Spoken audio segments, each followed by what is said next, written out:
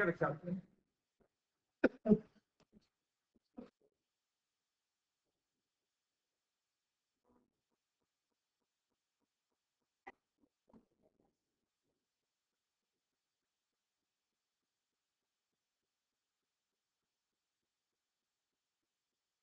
Find me the square root of that. Not yet. I'm gonna get everybody do it on their calculator. Because you should better know how to find the square root function on your calculator. Got it. 17.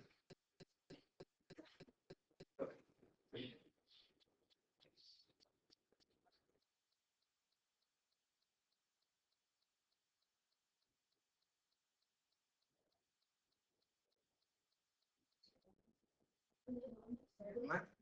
Really big number. Give you all the decimals. 8, 4, 0, 4, 8.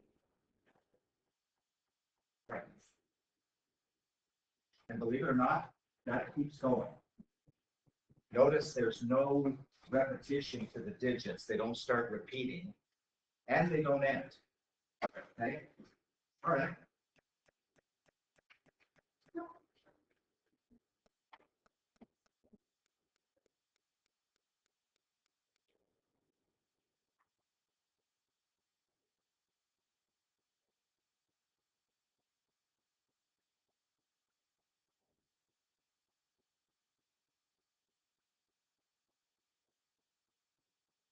Yeah. 0.4.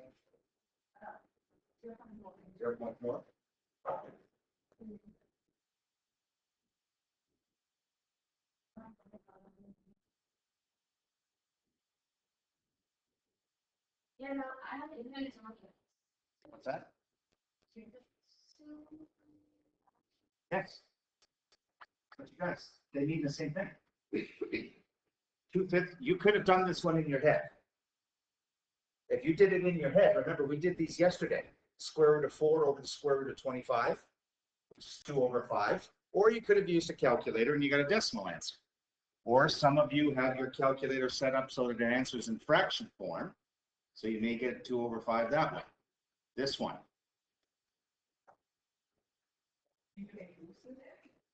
Can you? Can I reduce 16 over 7? No, I can't. Everything. I want the decimal, please. 1.5118. Hang on, sorry, they yelled. 1, 1. 8, 5, 7, 8, 9. And actually, that one keeps going on forever. Okay. Last pair.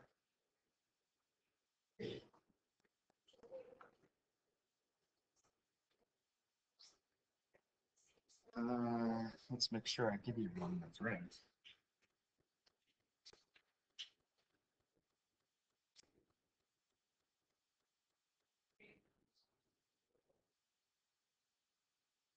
Yeah.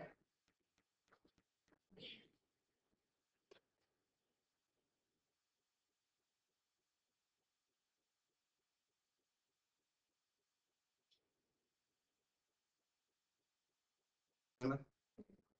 2.5.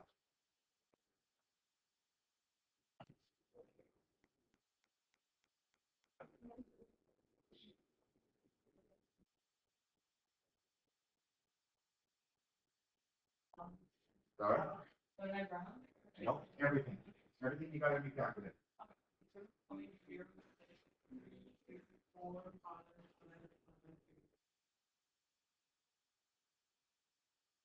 And after that keeps going on forever.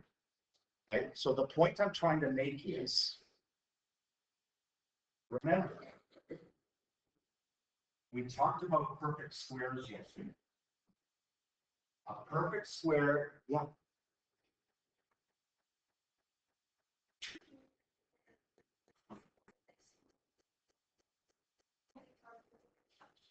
Which one? Which question? For the desk, like for these ones? Okay, hang on.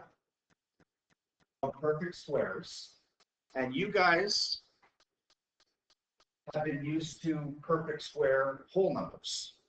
Numbers that can be written as some whole number times itself. So for example, 289 is a perfect square because 17 times itself gives us 289.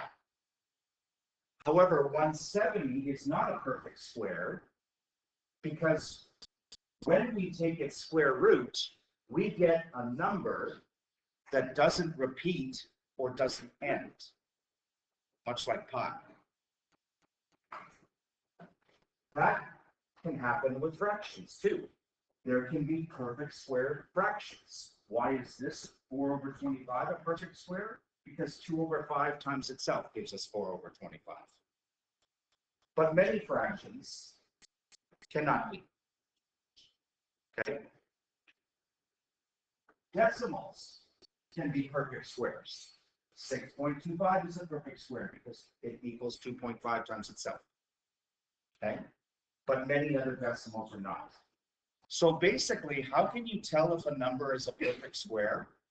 Whether it's a whole number, a fraction, or a decimal, you can punch it into your calculator, and if you get a whole string of decimal numbers that doesn't follow any kind of pattern, that means it's not a perfect square. Okay? So if I asked you this, if I gave you a decimal number and asked you, is this a perfect square? Take its square root. If the decimal ends, okay, or if the decimal repeats, then it is a perfect square. So for example, and I'm just going to do, let's do one more here. Like if you did this,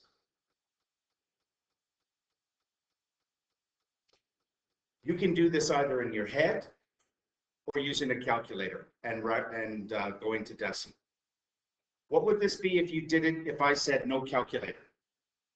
You guys should be able to do this one without a calculator. What times itself gives me 1 over 9? 1, yes, 1/3. But if you do it on decimal, you get what? 0.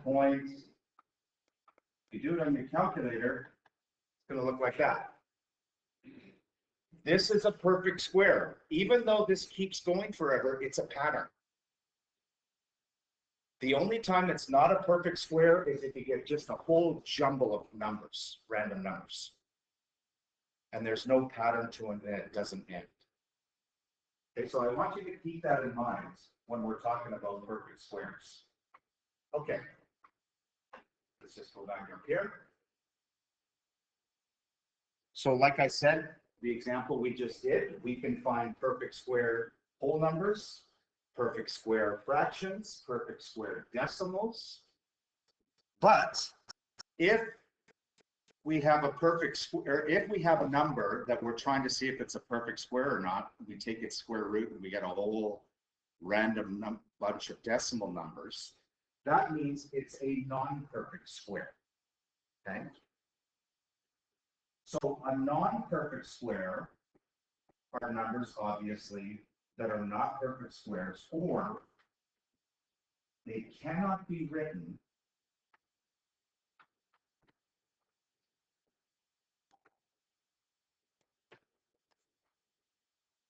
as any number times as another number times itself. Sorry.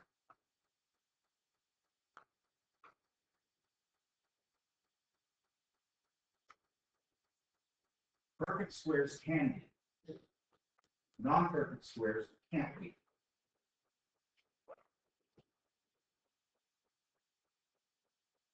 And like we saw, and a couple of you asked actually, or one of you asked, when we tried to take the square root of a number and we got a whole bunch of random decimal numbers, there was one person said, should we estimate it or should we round it? Okay, you're right. That's the best we can do. With non-perfect squares, we can only estimate them. We'll never be able to find them exactly. Which means we usually round them to 1 or 2 decimal places.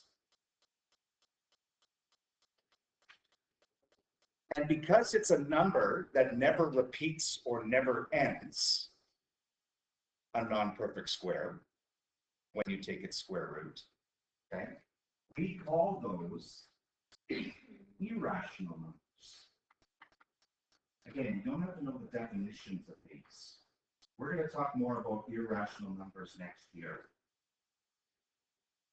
But basically, remember when we did rational numbers in the last unit, rational numbers are any number that can be written as a fraction. So decimals can be written as fractions, whole numbers can be written as fractions, negative numbers can be written as fractions. But we found there's some numbers, any numbers actually, that can't be written as fractions, and this is what we call them.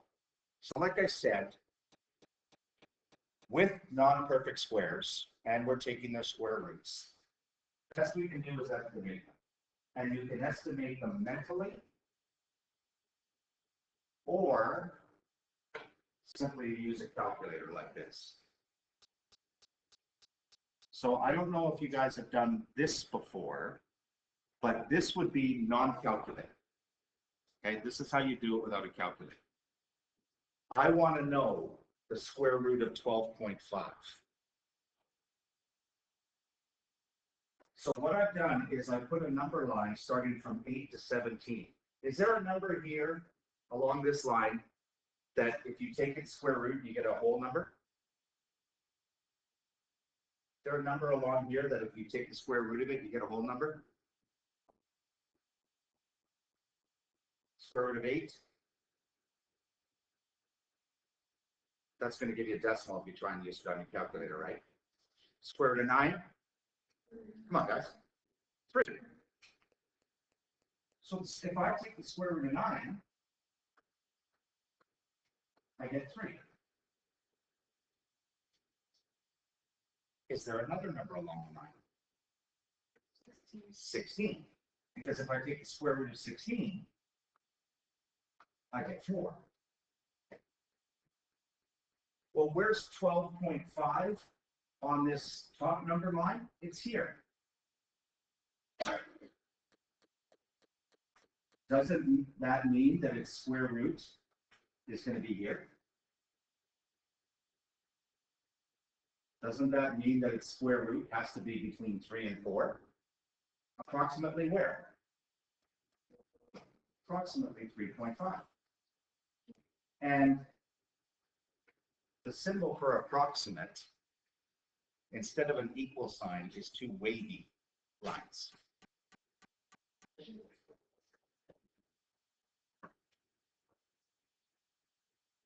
So that's how we can do it without a calculator. But with a calculator, we just simply punch it into our calculator. So what would it be? Give it to me, like here, when we estimate, we can usually only go to 1 decimal place. When we use a calculator, we can go to more decimal places. So what did you get to 1 decimal place? What would it be? 3.5. So it's the same answer. So notice it has to match up with how we estimated. Okay?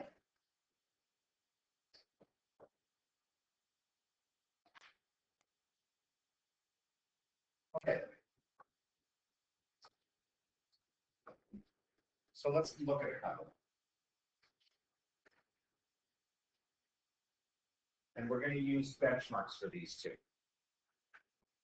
And usually when you use benchmarks, it's always best to have the number as a decimal.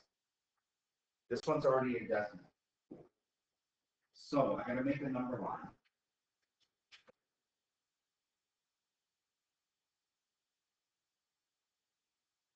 What number less than this is a perfect square? It's close to 20.1, but it's less.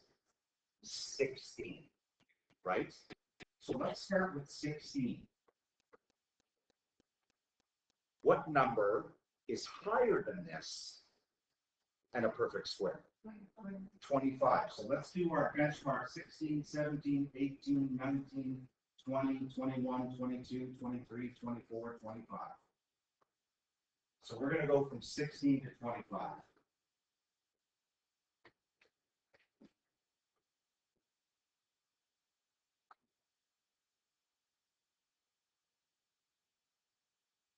And we know that if we take the square root of 16, we're going to get 4.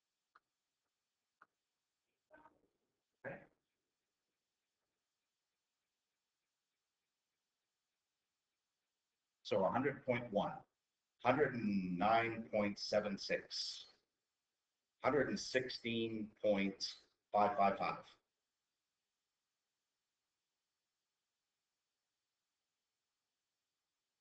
Okay. Where do we use square roots? Where have you seen square roots being used? You should all be familiar with this. Yeah. Yes.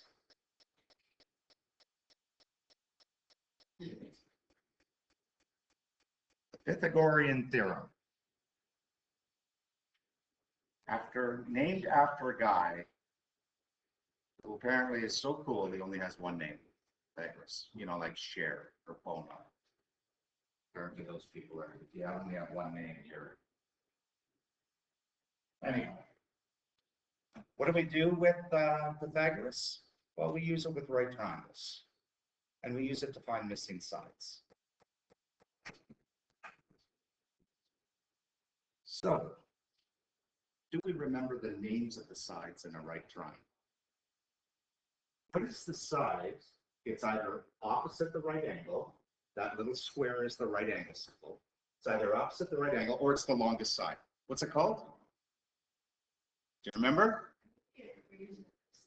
Begins with H.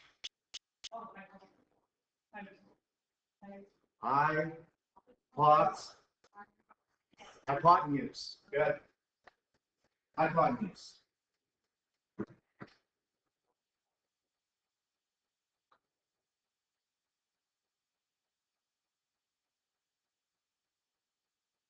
So in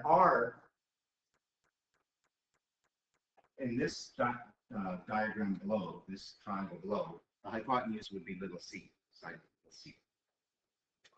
Okay. Do you remember what you call the other two sides that make up the right angle? That's if we are going to find area. Technically, you're right. They are called base and height. But when we use Pythagoras, we use a certain other name. It's a name that applies to both of them.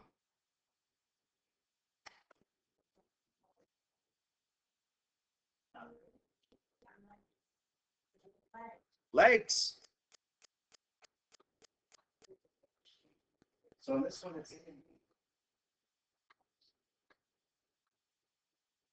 so we don't have to write the rest of it because we've already named them. All right, Finley, what's the formula?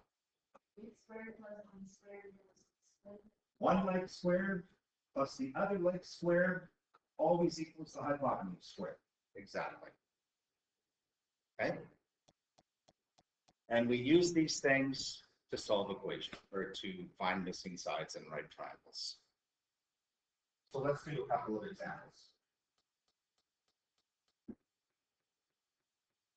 I don't know why I did on that. Anyway. So best way to approach these problems, when you see a right triangle, you're asked to find a missing side. First of all, write your Pythagoras and then fill in what you know. Do I know A? Do I know one of the legs? What is it? Sure, you do 12. You could have started with 5, doesn't matter. The other one's 5. And the unknown is the hypotenuse, C. Now what do we do? Sorry? Then we want to score them, so it's 12 times 12. So we get 144 plus 25 is equal to C squared. Yeah. And then you add them. And you get 169 is equal to C squared. And then to find just C, we take the square root of 169. And you're actually going to get an exact answer for this one. 13. And don't forget the units. Good.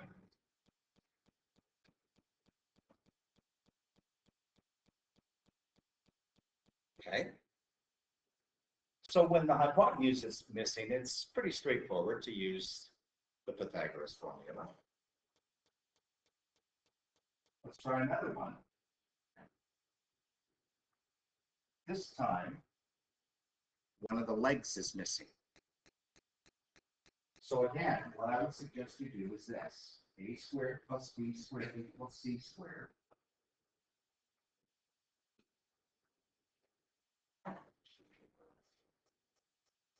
What's one of the legs?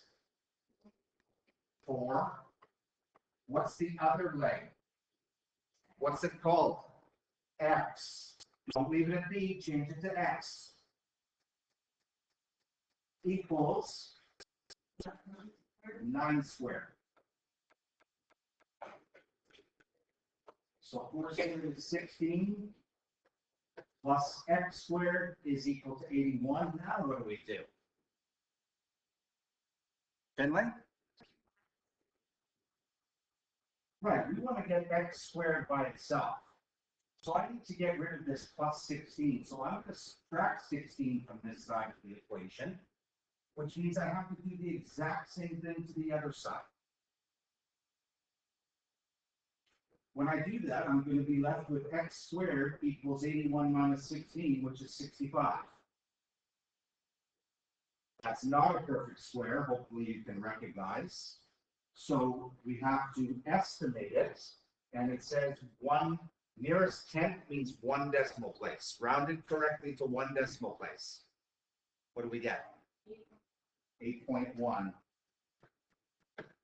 Now, you're not going to lose marks, because that students always ask. Technically, we should be writing that instead of equals. If you put equals, you're not going to lose marks. Okay, I'm not worried about that. But technically, we should do that. Okay.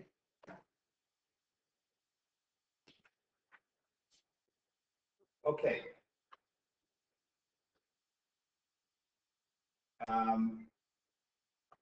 You know what? I don't want you guys to worry about this. We're not going to worry about triples. So you can just take that right out. Let's just do a couple more examples. That's sort of like problem solving.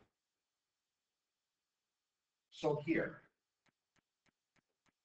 you locked out of your house, and the only open window is on the second floor, 24 feet above the ground.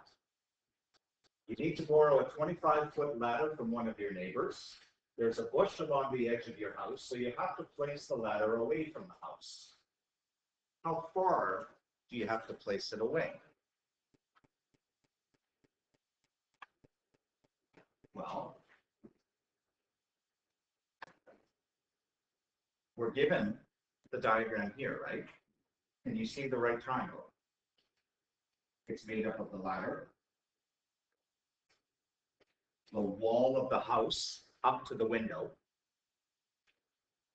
and the ground away from the house to the bottom of the ladder.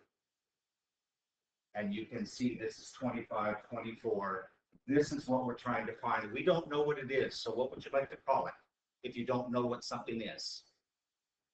X, or any little letter you want.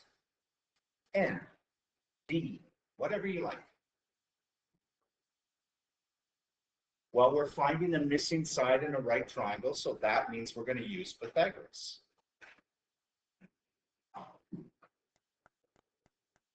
Let me start with my formula and then fill in everything from the diagram. What do you want to put in for A? 24. 24, which means what would you put in for B? X equals 25 squared. So 24 squared is 576. Plus x squared and 25 squared is 625.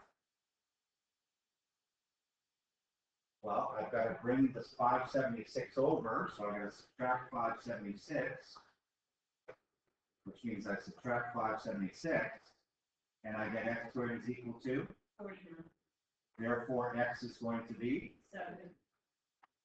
the square root of 49, which is 7. Do I need units? Feet. Excellent. Okay.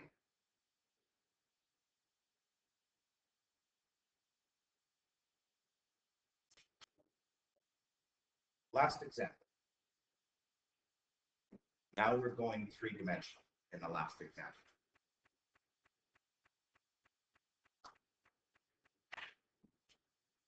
Got a ramp. Okay. So the length of the ramp is 6.5. The height of the ramp at the highest spot is 1.5. And the width of the ramp, okay, so this would be the length of the ramp. This would be the height. And this would be the width.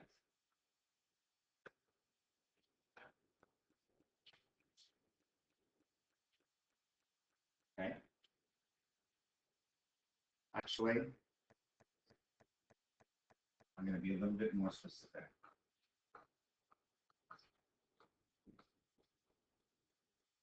This is the horizontal length, because length could mean two things. Because technically the length of the ramp is this diagonal line, or diagonal segment. This is the horizontal length of the line. Length of the ramp, pardon me. So I'm asked to find that.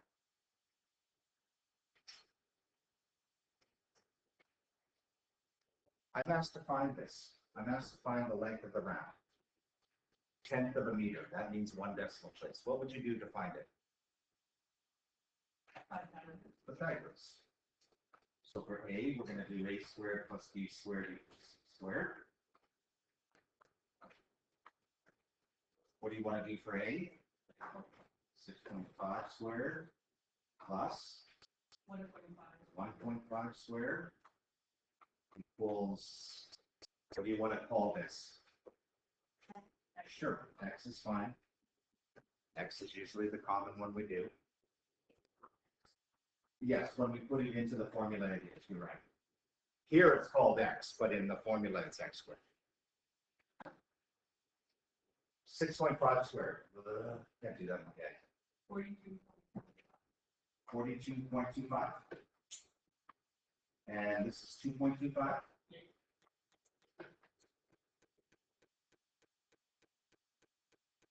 So 42.25 plus 2.25 should give me 45. 44.5. Oh, well, I can't add. 44.5 equals X squared. Thank you. So therefore, we have to take the square root of 44.5. And it says 1 decimal place. 6.7, and the units? Meters. So that answers A. So I now know that this is 6.7.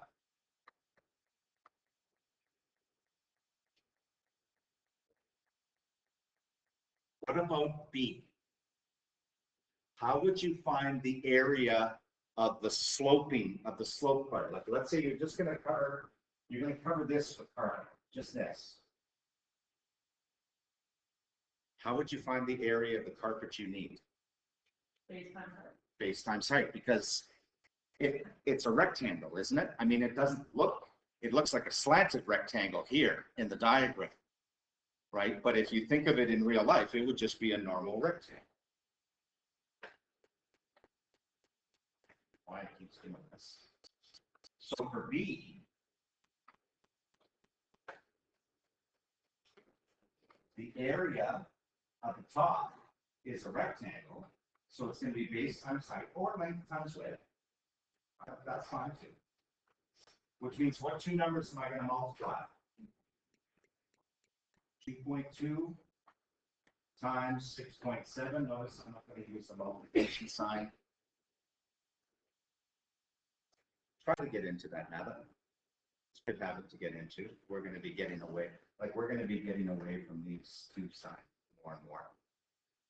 I mean, they're still used. Yeah. 14.7. Did you round? Okay. If you didn't, you could do it exactly and get 14.74. Okay, so I would accept either one. So I would say, you could say approximately 14.7, what are the units? You could square, or you could say it equals 14.74. That would give you the exact answer when you multiply those two decimals. Both are correct, because I didn't say what to round it to.